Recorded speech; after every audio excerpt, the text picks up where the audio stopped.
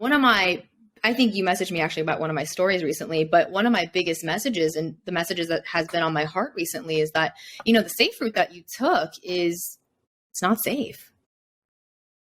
It's The not irony. safe. Yeah. Yeah, it's the irony. I'm thinking about, okay, for me to go to work every single day doing something I hate, the number one unsafe thing about that, first of all, is that I'm giving up my time, which I'm never going to get back. And then two, going to the job that I hate every day and maybe interacting with people that I don't appreciate and maybe don't appreciate me, that leads to depression, anxiety, unhappiness. Can any amount of money you make from this job then even fix what you've discarded? This is not safe. I'm looking at people and they're waking up and I'm like, you had the roof over your head and you had all the necessities, but it didn't even matter because you weren't happy. I experienced that whenever I actually quit my job.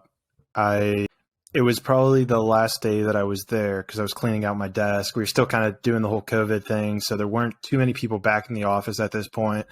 And there was a lady who I've always kind of like seen in the hallway. I worked with her on a couple projects, and she was like, what's going on? Like, I see you're cleaning out your stuff. And I'm like, well, I quit and I'm going to basically travel. Like, the only thing I had on mind was I was going to go live in Brazil for 2 months.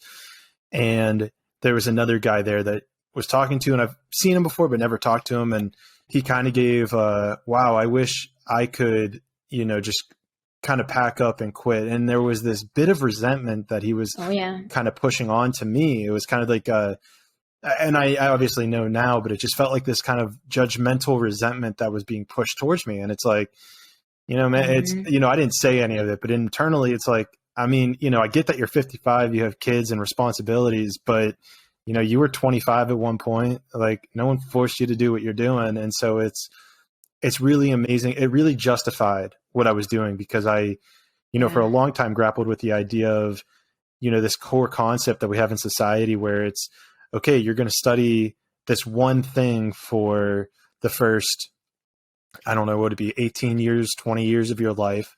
And then the next 40 years, you're just going to work just so you can go to retirement at the age of 65. And so now the last 20 most unhealthy years of your life, you can quote unquote find your passion. Like, you can retire, do be nothing. Happy now. Exactly. Yeah, that's an old dying framework. I think you know that, Clayton, and definitely listeners of this podcast are realizing it or have already realized it. But that's a limiting belief. It's an old, outdated belief, and I'm so grateful that when I was young, that was one of the first things I questioned. Like, I remember asking my parents, like, "So you have to pick one thing and then do it until you're old?" And they were like, "Yeah," and I was like, I don't know, guys. I don't know.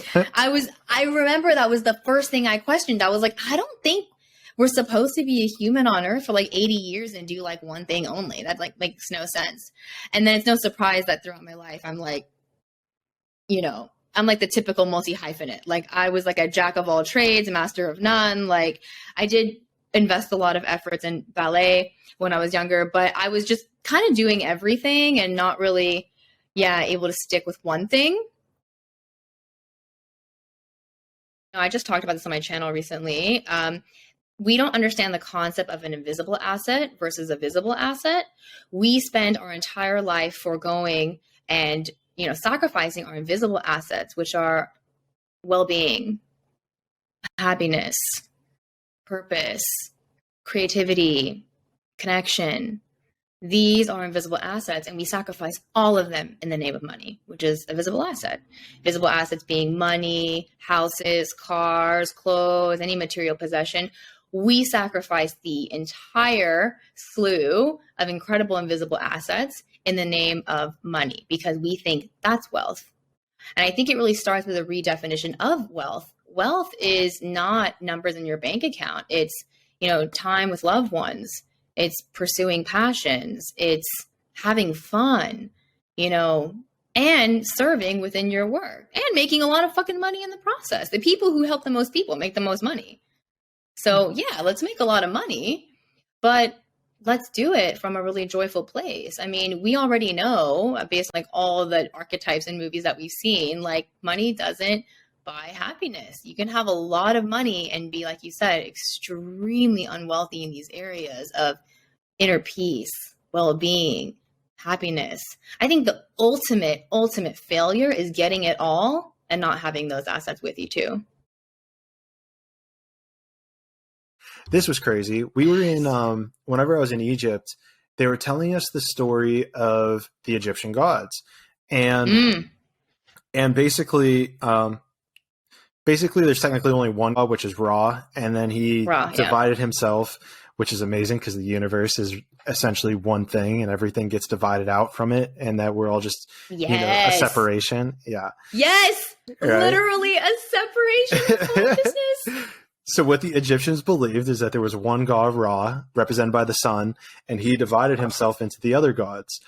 Well, what essentially occurred with him is that, and I might butcher these names, so if there's anyone listening that's Egyptian, whatever, don't hate me.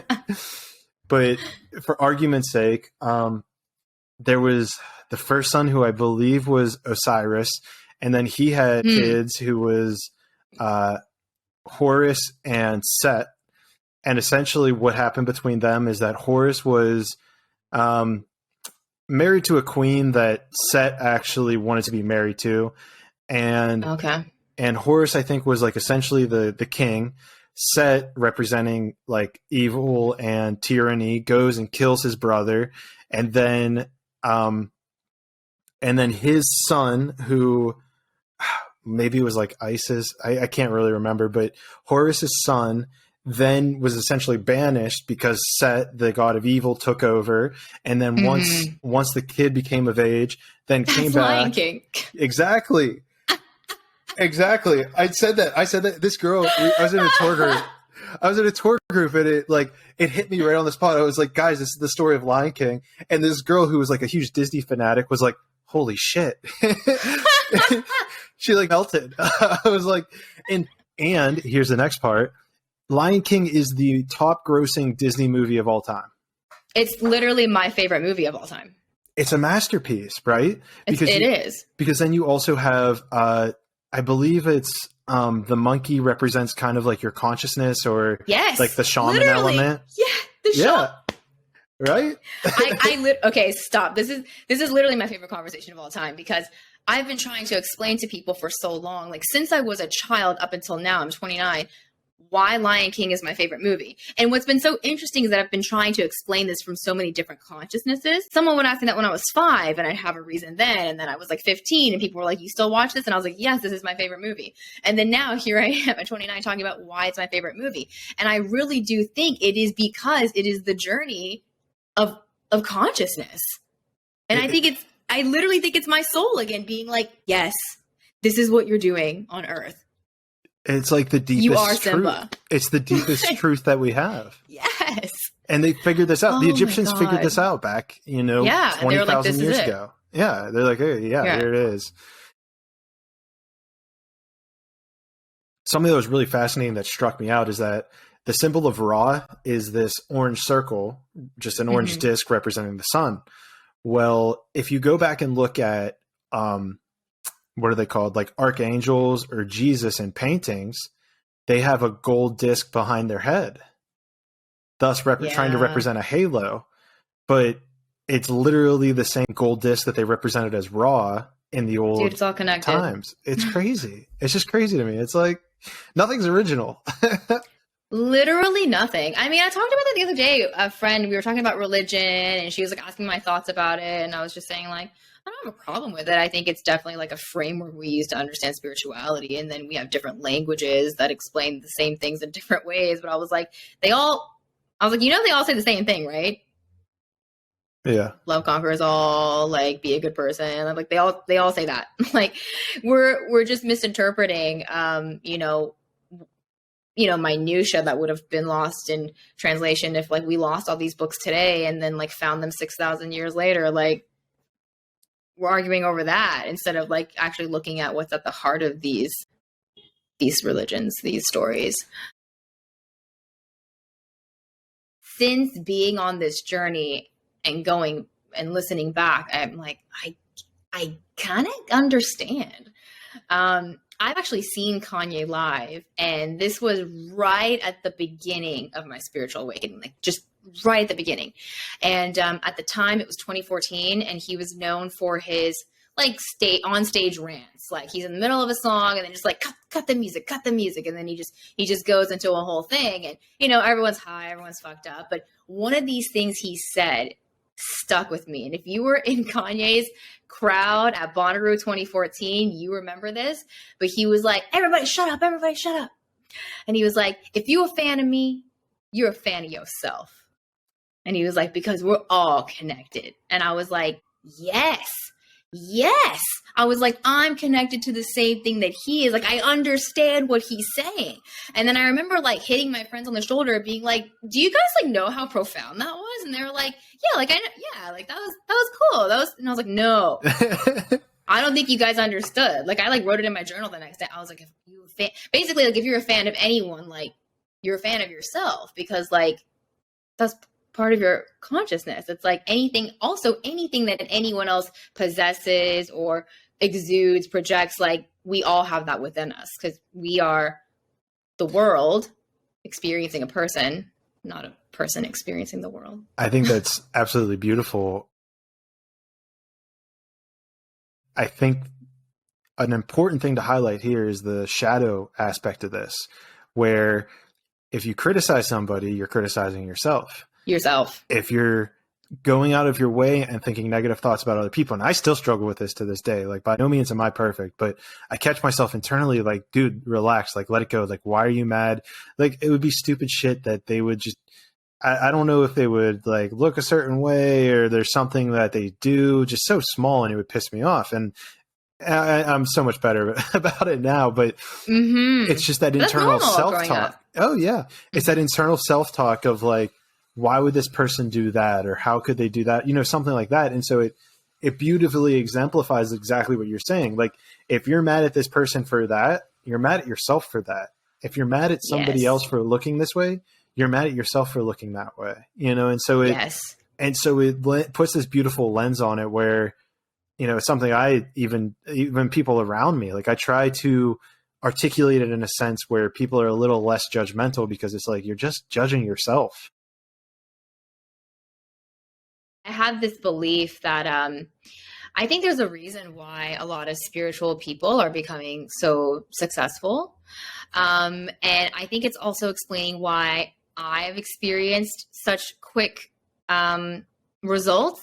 And I think it's honestly because the universe is really supporting me, because like I'm doing what I've been sent here to do. I know that sounds really cheesy, but like I think we all might be here in order to raise consciousness.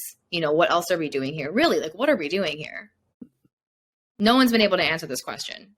Like just have a human experience. Yeah. We're just having a human experience, but I think we're just here to expand. Like the universe itself is expanding, and we're a part of the universe. We're here to expand. We're here to grow in consciousness.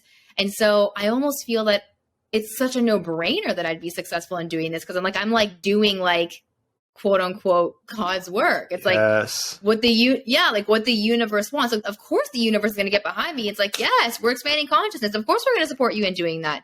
And I think the reason why, like when you're doing something that you're not called to do and like you keep failing at it, it's like, oh, why can't I make this work? Because it's like, you're not supposed to even be doing that. Maybe that's why it's not working. The universe is not going to support you in your smallness. So it's like, that's not what you're supposed to be doing. That's why it's hard.